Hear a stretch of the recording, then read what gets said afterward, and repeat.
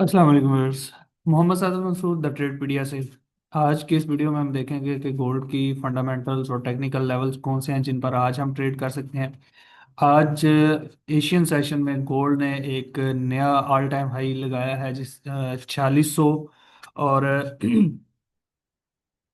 लेकिन सवाल ये है कि इस वक्त ये लेवल बरकरार रहेगा या मार्केट में हमें सेलिंग देखने को मिलेगी या प्रॉफिट टेकिंग मूव स्टार्ट हो चुकी है। अ, हम देखेंगे कि फंडामेंटली कौन से ऐसे लेवल्स थे जिनकी बुनियाद पर मार्केट एक इतना बड़ा हाई लगा चुकी।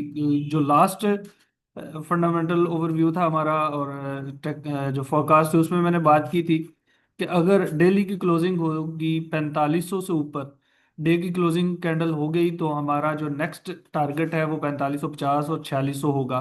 तो एज एक्सपेक्टेड मार्केट ने जो फ्राइडे की क्लोजिंग है वो 4500 से ऊपर दी, और उसके बाद फिर 4550 और 4600 का टारगेट मार्केट ने हिट कर दिया। अब हम देखेंगे कि आज का जो टारगेट है या आज के जो लेवल्स हैं वो क्या हो सकते हैं और कैसे कैसे मार्केट उन पर काम कर सकती है।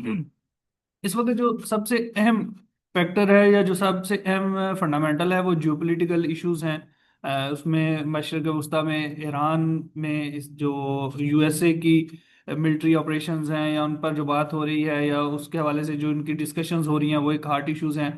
उसके बाद वेनेजुएला का मसला और ग्रीनलैंड पर कब्जे की कोशिशें, ये सारी की सारी इस वक्त मार्केट को, उसके साथ इस वक्त चाइना और जो जापान है उसकी एक टेंशन भी ऐसी चल रही है जो मार्केट को सेफ हेवन डिमांड की तरफ धकेल रही है।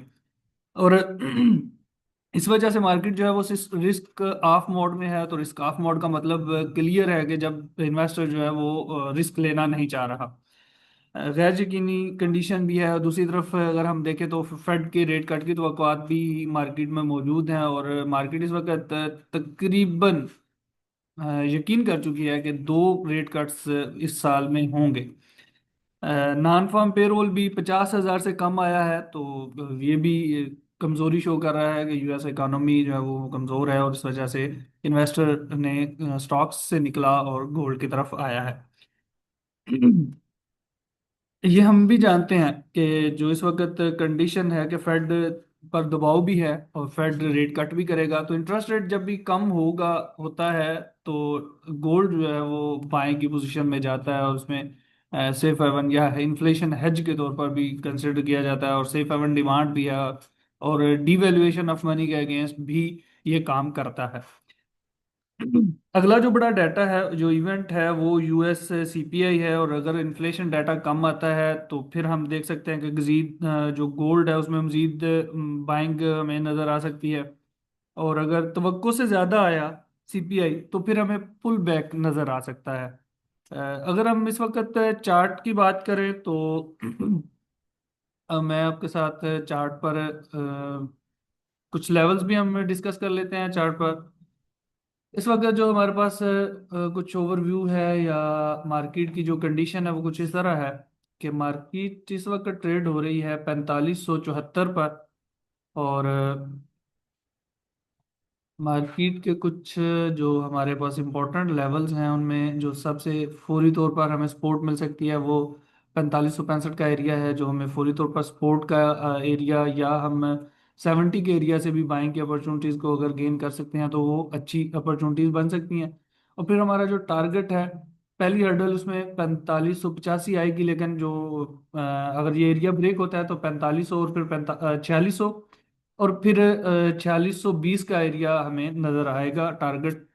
और फिर उसके बाद नेक्स्ट जो टारगेट है वो 4650 भी हो सकता है और होना चाहिए। अगर 4600 से ऊपर ब्रेक कर देती है मार्केट, क्लोज कर देती है कैंडल, H1 की कोई भी अगर कैंडल क्लोज होती है तो फिर 4620 का एरिया हिट होगा। अदरवाइज अगर हम डाउन साइड पे इसकी मूवमेंट को देखें तो डाउन साइड मूवमेंट के लिए हमारे पास सेलिंग अपॉर्चुनिटी 90 के एरिया से हमें मिल सकती है। और फिर अगर 65 का एरिया ब्रेक होता है तो 50 का एरिया हमें सपोर्ट फ्राहम कर सकता है, लेकिन अगर ये भी ब्रेक हुआ तो फिर 4520 या 4500 का एग्जैक्ट जो एरिया है वो सपोर्ट देगा। लेकिन बहुत जो अगर नॉर्मल कंडीशंस रही और तो तब इन लेवल्स को सेलिंग की पोजीशंस में देख सकते हैं। अदरवाइज मार्केट का जो ओवरऑल मोमेंटम है वो बुलिश है, और हमें ट्रेंड के साथ ही ट्रेड करनी है, और यही देखना है कि हमें डिप बाय पर कहाँ पोजीशन मिल सकती है। इस वक्त मार्केट में पुल बैक चल रहा है, और पुल बैक का मतलब यही है कि आपने डिप पर बाय करनी है, क्योंकि बाय की जो ट्रेड है, ट्रेंड है, वो आपके हक में है। और अगर आप अगेंस्ट द ट्रेंड चलेंगे तो मार्केट आपको आप पर रहम नहीं करेगी। इस वक्त सादा सी बात मैं अगर ये कहूँ तो डिप पर बाय करनी है आपने। उसके बाद आपने हर ब्रेकआउट पर फोमो में नहीं जाना, बल्कि आपने इंतज़ार करना है पुल बैक का, और पुल बैक पर आप बाय करें। अगर आप अपना रिस्क मैनेज करते हैं तो कोई दुनिया की ताकत आपको हरा नहीं सकती, लेकिन आपका खौफ आपका दुश्मन है। खौफ से बचें। इंशाल्लाह उम्मीद है आपका आज का दिन भी अच्छा गुजरेगा। मिलते हैं कल एक नई फोरकास्ट में, तब तक के लिए अल्लाह हाफिज।